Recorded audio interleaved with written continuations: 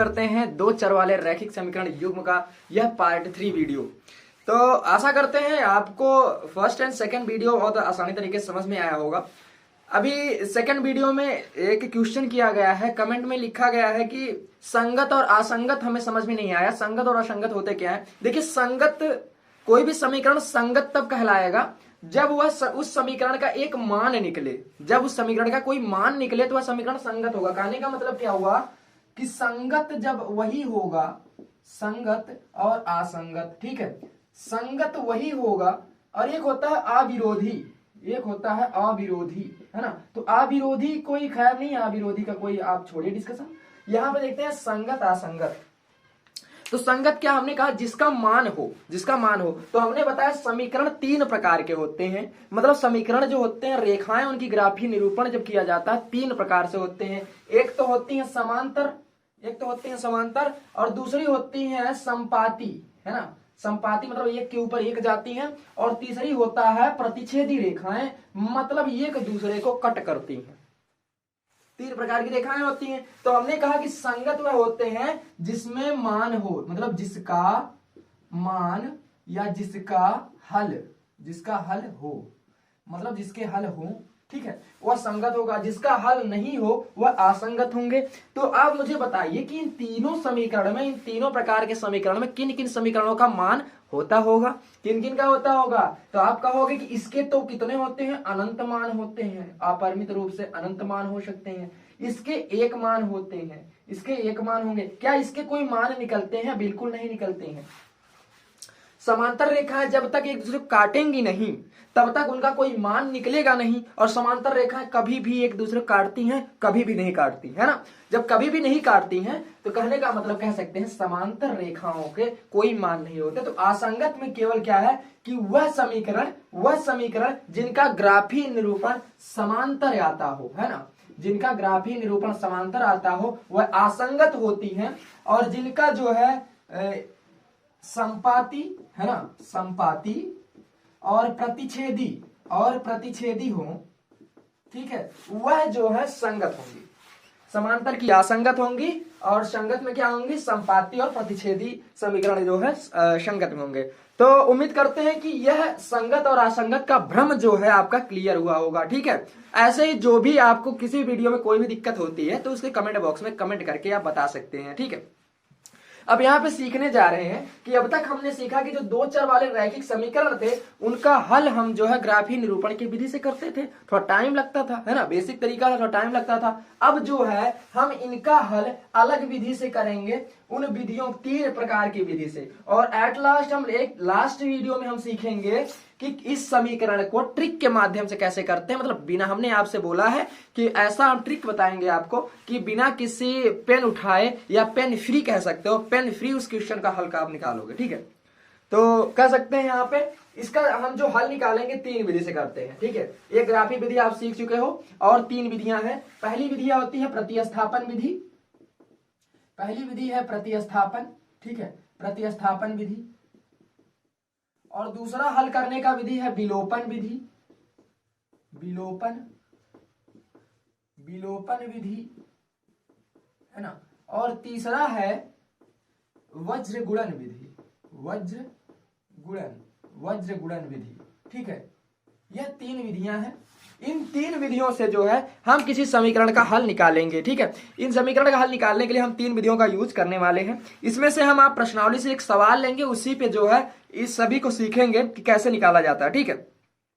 प्रतिस्थापन, वज्र गुणन सभी हम सीखने वाले हैं,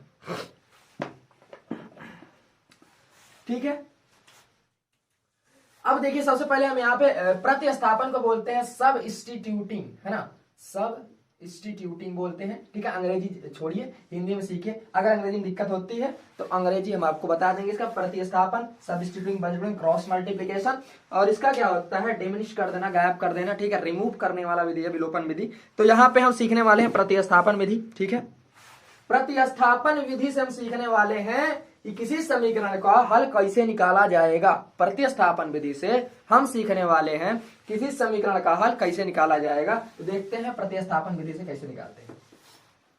तो आपके क्वेश्चन, आपके बुक से ये क्वेश्चन लेते हैं, क्लास हाई स्कूल की क्लास 10 की बुक है।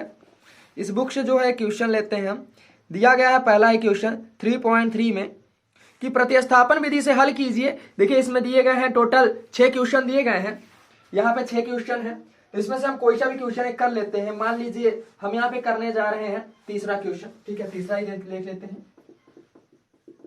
आप लोग क्वेश्चन करिएगा और क्वेश्चन करने में जो भी दिक्कत होती है आपको कमेंट बॉक्स में बोलना कि हमें ये क्वेश्चन एक बार बता दिया जाए, तो उसके लिए एक शॉर्ट वीडियो बना के आपको क्वेश्चन बता दिया जाएगा, ठीक है। जो भी क्वेश्चन आपको दिक्कत होती है, यहाँ पे हम कुछ क्वेश्चन लेंगे और फिर आप लोग उसी क्वेश्चन को आधार बना के, बेस बना के और सारे क्वेश्चन हल करोगे। अगर और क्वेश्चन में कुछ टिपिकल हो रहा है, गलती हो रही है, कुछ नहीं हो पा रहा है, तो आप उससे कमेंट बॉक्स में कमेंट करके बताइए कि इस प्रश्नावली का यह क्वेश्चन सॉल्व कर दिया जाए, ठीक है, हाई स्कूल की बुक से।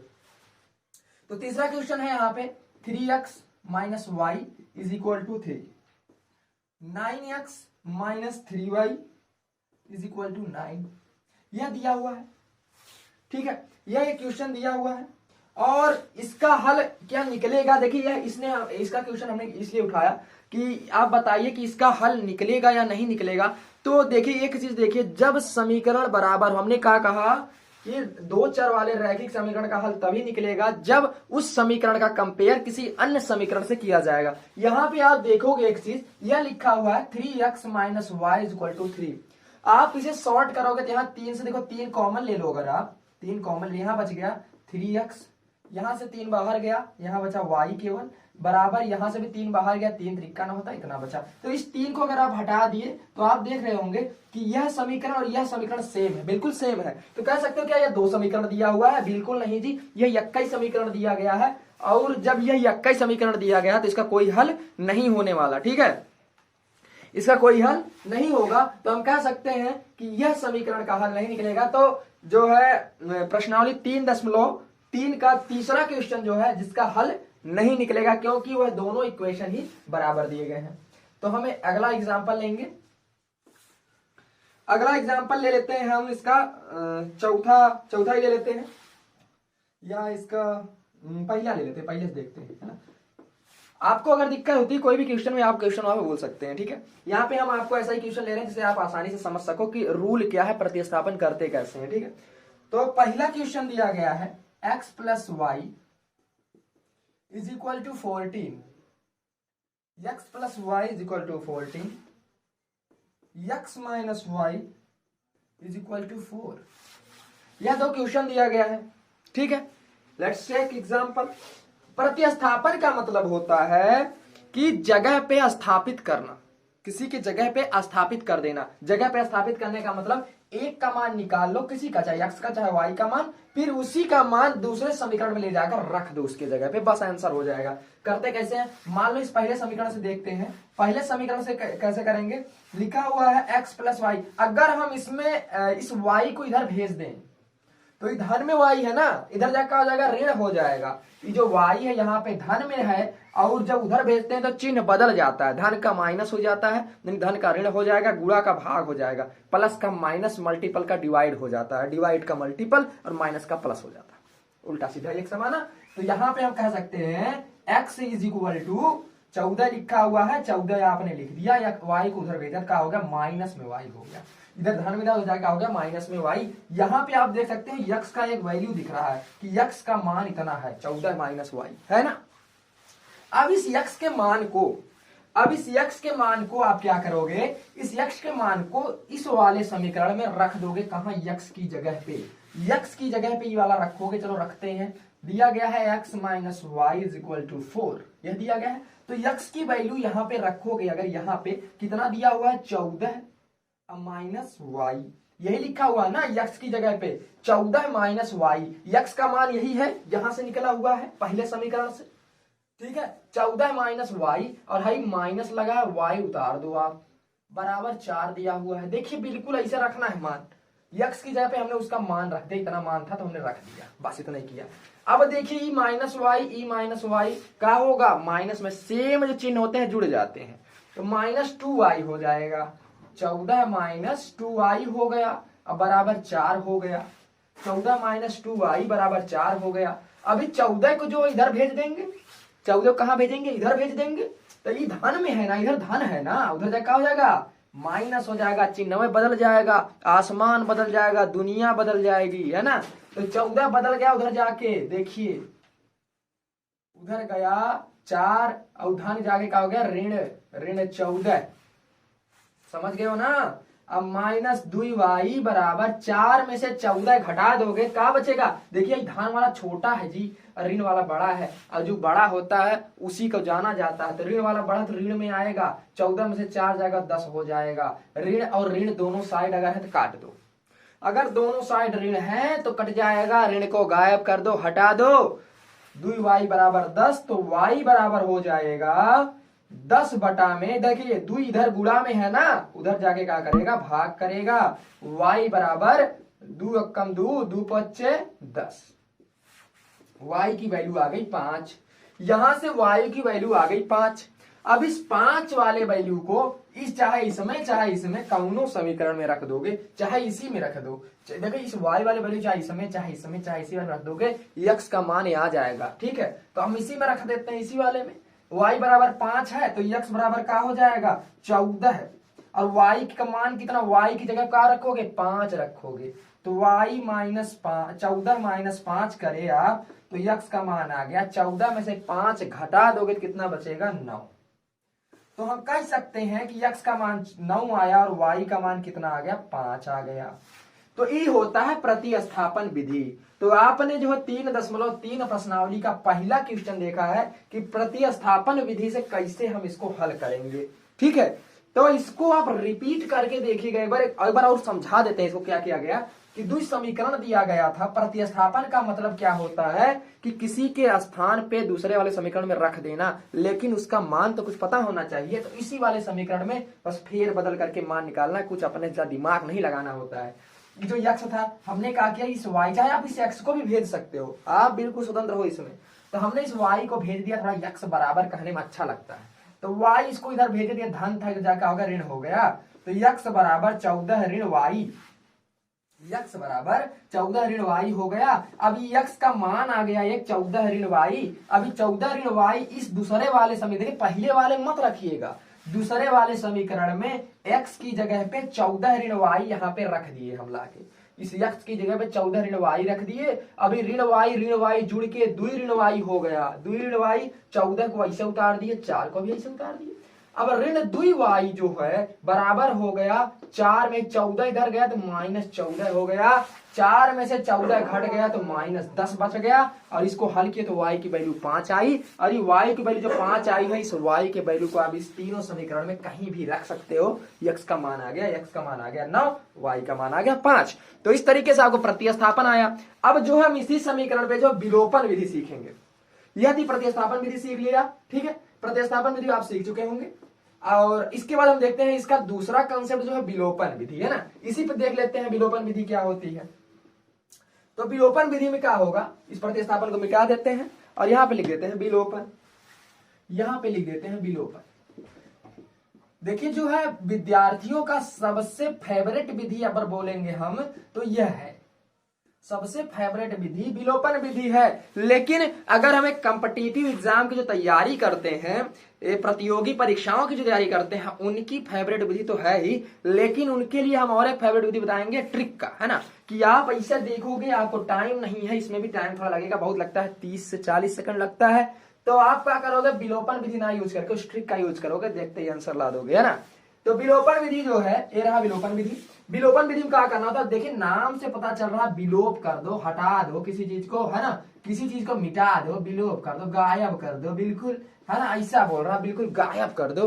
तो कैसे करेंगे, देखो ये रहा द्वि समीकरण, x धन y बराबर 14, x ऋण y बराबर 4, ये द्वि समीकरण दिया गया है, कुछ नहीं करना है, आप ऐसा लाइन खींच लो, खींच लिए। अब देखिए यहाँ पे x है, यहाँ पे y है, आप एक काम किया करिए कि यहाँ पे जो नंबर की वैल्यू होती है उसको बराबर रखो, यहाँ पर भी 1 है, यहाँ पर भी 1 है, तो बराबर है, तो हमें बराबर करने की जरूरत नहीं। अभी हम एक ऐसी भी समीकरण लेंगे जिसकी वैल्यू बराबर नहीं होगी, हम उसको बराबर करके भी जानेंगे। तो यहाँ पे क्या करना होता है, डायरेक्टली आप एक चीज जाने, चिन्ह बदल दीजिए, चिन्ह को क्या करिए बदलिए, या फिर वैसे लिखिए। आपको क्या करना, एक चीज को काटना है, चाहे काटिए, काटने का मतलब क्या हुआ कि अगर ई धन में इसको माइनस करके इसको काट सकते हो, या तो अगर धन में माइनस में है तो करने की जरूरत नहीं, एक तो कट ही रहा, वाई वाई से कट जाएगा, मतलब कटना का मतलब घटाया जाता है। तो हमने कहा कि ऐसे कर दो, और हमने कहा कि यक्स भले ना कटे लेकिन वाई तो कटेगा ना, यक्स का मान आ जाएगा। तो हमने कहा कि इसको जोड़ ही लेते हैं, काहे माइनस करते हैं। यहाँ धन किए तो धन का गुणा धन में होगा, धन हो जाएगा, धन का गुणा ऋण में हुआ। ठीक है, जोड़ेंगे इसको। अब जोड़े, धन का गुणा ऋण में ऋण ही होता है जी। तो कहा कि ये यक्स धन यक्स जोड़े कितना हो गया, यक्स में यक्स जुड़ेगा 2x हो जाएगा। अब y से ऋण घट जाएगा ना, जोड़ोगे तो y से y कट जाएगा, कट गया जी, 0 हो गया। तो कट गया तो बराबर वाला बचा, 14 में 4 जोड़ दोगे, 14 में 4 जोड़े तो कितना हो गया 18, 14 4 18। इसको आप समझे। हमने क्या कहा कि जो यक्स की सेम वैल्यू जुड़ गई, प्लस प्लस था, ये प्लस ही माइनस था, कट गया, वाई में से वाई घट गया, 0 हो गया, कंप्लीट खत्म है ना, टाटा बाय बाय हो गया। अभी यक्स यक्स 2x हो गया। अब 14 धन 4 18 हो गया, तो 2x बराबर 18। अब क्या करेंगे, यहाँ पे गुणा में है ना, उधर जाके क्या करेगा, 2 उधर जाके भाग देगा, तो इस 2 को इधर भेजेंगे, भाग देगा नीचे से, तो यक्स बराबर हो जाएगा 18 भागे 18 बटे 2। अब 2 का पहाड़ा पढ़ो, 18 आ जाए तो 2 9 18, 2 से कट गया, यक्स का बराबर आ गया 9। यक्स की वैल्यू कितनी आ गई, 9 आ गई। अब हमने कहा कि इस यक्स की वैल्यू इन दोनों समीकरण में आप कहीं भी रख लो, आंसर मिल जाएगा आपको। तो आपने कहा कि यहाँ पे रख ले, हमने कहा बिल्कुल रख लो। यहाँ यक्स पे आपने 9 रखा, 9 धन वाई बराबर 14। अब मुझे आप बता दो 9 में कितना जोड़ोगे 14 हो जाएगा। तो हमने कहा कि वाई में आगे इसको 9 किधर भेज दिए, तो धन में था, उधर जाकर हो गया ऋण हो गया, तो 14 में से 9 घटा दिए तो कितना बचा, y बराबर 14 में से 9 चला गया, कितना बचा 9 5 14, तो y बराबर कितना हो गया 5। देखिए यहां से भी विलोपन विधि में इतने में हो गया कि y की वैल्यू 5 आ गई, x की वैल्यू 9 आ गई। ठीक है, प्रतिस्थापन से भी आप यही निकालो कि x की वैल्यू 9 आ गई, y की वैल्यू 5 आ गई। तो यहां से आपने जो है विलोपन भी सीख लिया, प्रतिस्थापन भी सीख लिया। तो विलोपन अगर ना समझ में आया हो तो फिर से एक बार करेंगे, जितना इसका क्वेश्चन की प्रैक्टिस करेंगे आपको उतना ही ज्यादा समझ में आएगा। इसके बाद हम देखते हैं इसकी नेक्स्ट विधि जो है वज्रगुणन विधि, है ना। तो 3 विधि दी हुई है आपके बुक में, 3 विधि से सारा क्वेश्चन है। इसके बाद जो बची प्रश्नावली है 3 विधि से सब हल करने वाले हो आप लोग। तो इसी पे हम वज्रगुणन भी देख लेते हैं। वज्रगुणन कहने का मतलब है, देखिए क्या होता है वज्रगुणन का, एक छोटा सा फार्मूला भी याद करोगे बहुत ही आसानी तरीके से, उसमें ज्यादा कुछ नहीं करना पड़ता, इस क्वेश्चन को मिटा देते हैं। वज्रगुणन सीखते, प्रतिस्थापन और विलोपन आशा करते हैं आप सीखे होंगे, और वज्रगुणन सीखते। वज्रगुणन में अगर मान लो एक समीकरण दिया हुआ है a1x धन b1y बराबर c1, दूसरा समीकरण है a2x धन b2y बराबर c2, द्वि समीकरण दिया गया है जी। ठीक है, ये द्वि समीकरण है, और इस द्वि समीकरण में क्या करेंगे, एक फार्मूला याद रखो कि यहाँ पे लिखो यक्स बटा। अब देखिए यक्स का ये वाला है ना, यह पूरा जो आप कह सकते हो यक्स का पार्ट है, a1 वाला भी a2 वाला x, तो जो वैल्यू आपको निकालनी है x लिखे बटा क्या लिखोगे, बटा यक्स। बड़ा ही फार्मूला है, बिल्कुल याद रखने का हम बता रहे, तरीका कैसे याद रखोगे तरीका सीख लो बिल्कुल। हमने कहा कि यक्स वाला पार्ट तो ये रहा ना, a1 a2 यही है ना, तो इसको छोड़ दो, इसको भूल जाओ, आप इसको भूल जाओ। आपके पास वैल्यू कौन सी है, b2 c1 और b1 c2, ये है ना। तो इसका गुणा पहले इसमें कर लो, इसका b2 का देख रहे ना, b2 का गुणा c1 में क्या हो गया, b2 c1, b2 का गुणा इसमें किए, इसमें, तो b2 c1 हो गया। फिर हमने कहा कि बीच में माइनस लगा दो, बिल्कुल सीखे आप। b2 का गुणा c1 पर देखो नीचे से ऊपर जाना है, b2 c1 किए, उसके बाद माइनस लगा दो, c2 b1 कर लो, c2 b1, कोई दिक्कत, c2 b1 कर लिए, बराबर, फिर बराबर लगा दो। अब तक ए वाला होल्ड किए थे जी, यक्स का मान निकालना था, ये वाला होल्ड किए। अब y का मान, तो यहां पर y लिख लो, बटा लगाओ, अब इसको होल्ड कर लेना है जी, इसको होल्ड करना है। ये रहा c2, ये रहा a1, नीचे से गुणा उस पे जाएगा, हमको कहा गया नीचे वाले का गुणा ऊपर करना है, c2 का गुणा a1 में करोगे, ये रहा c2 a1, आपने कहा कि c2 a1 हो गया ना। फिर माइनस लगा दो, अब क्या करोगे, ये रहा a2, ये रहा c1, मतलब c1 का गुणा a2 में कर दो, c1 a2 हो गया। कोई दिक्कत नहीं। अब बराबर करो। अब देखो ये वाला भी पार्ट हो गया, मिटा दो, है ना, ये वाला भी पार्ट हो गया, मिटा दिया। अब हमने कहा न्यूमेरिकल वैल्यू यहाँ पे 1 मानी जाती है, तो आपने यहाँ पे 1 लिखा। अब इसको जब ले लिया तो इसको भी होल्ड करना है ना। अब इसको आप होल्ड किए तो यहां से क्या करोगे, ये देखो A2 है ना, A2 इसका गुणा इसमें क्या करोगे, A2B1 और ये रहा B2 माइनस का हो गया B2A1। देखिए ये है वज्र गुणन का फार्मूला हम जैसे बताए हैं बिल्कुल वैसे दिमाग में रखना है कि अगर आप नहीं भी याद कर पाते हो इस इतने बड़े फार्मूले को, तो जैसे बताया कि मान लो x की वैल्यू निकालनी है तो ऐसे इसको कंपेयर ऐसे रोक दो, है ना, और जो बचा है उसका गुणा ऐसे ऐसे करके माइनस कर दो। फिर उसके बाद इसको होल्ड करो, इसका गुणा ऐसे और ऐसे करके माइनस कर दो। फिर हमने कहा कि इसको होल्ड करो तो इसका गुणा ऐसे ऐसे करके माइनस कर दो। यह इतना बड़ा लंबा सा प्रोसेस है। अगर आपको नहीं समझ में आया है तो फिर से वीडियो को रिपीट करके देखेंगे कि कैसे x की वैल्यू, y की वैल्यू और C1 की वैल्यू निकाली गई है। ठीक है, इस पे जब आप क्वेश्चन करोगे बिल्कुल ऐसे ही करोगे, याद करने की जरूरत नहीं है, ऐसे ही करोगे। ठीक है, तो इसका क्वेश्चन जो अब देखिए कंसेप्ट पार्ट था प्रतिस्थापन का, विलोपन का और वज्र गुणन का, है ना। अब इसका क्वेश्चन जो है हम नेक्स्ट वीडियो से करेंगे, सारे क्वेश्चन करेंगे। तो आपको जो है प्रतिस्थापन और विलोपन के क्वेश्चन आज करने हैं। यह वीडियो देखने के बाद आप पहले इस कंसेप्ट पे आधारित क्वेश्चन करेंगे, वज्र गुणन का क्वेश्चन भी स्टार्ट करेंगे करना। अब इसमें जो है आपको जिस भी क्वेश्चन में प्रॉब्लम होती है, प्रश्नावली 3.3, 3.4 में जो भी क्वेश्चन में प्रॉब्लम होती है, आप कमेंट बॉक्स में कमेंट करके बताइए कि हमें यह क्वेश्चन नहीं आ रहा है या नहीं समझ में आ रहा है, हमें यह क्वेश्चन बताया जाए। ठीक है, उसके बाद हम जो है इक्वेशन जिसमें एडिट करना, इक्वेशन बनाना है, उस टाइप के क्वेश्चन बनाएंगे। अब देखिए इसके बाद क्या है, हम 4AM की तरफ से एक नया क्लास स्टार्ट करने वाले हैं। क्लास 9th का भी मैथ का सेशन चलने वाला है जल्द ही आप लोगों के बीच में।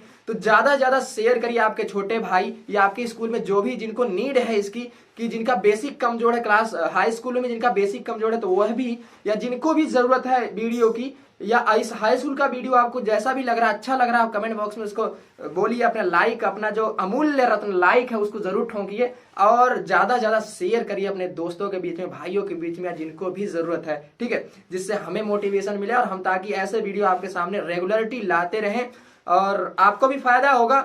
और आप वीडियो देखने के बाद खुद को फील भी करते होंगे, हाँ जो भी जरा भी आपका कमजोर था वह अब सही हो चुका, सारे क्वेश्चन आसानी से किए जा रहे हैं। ठीक है।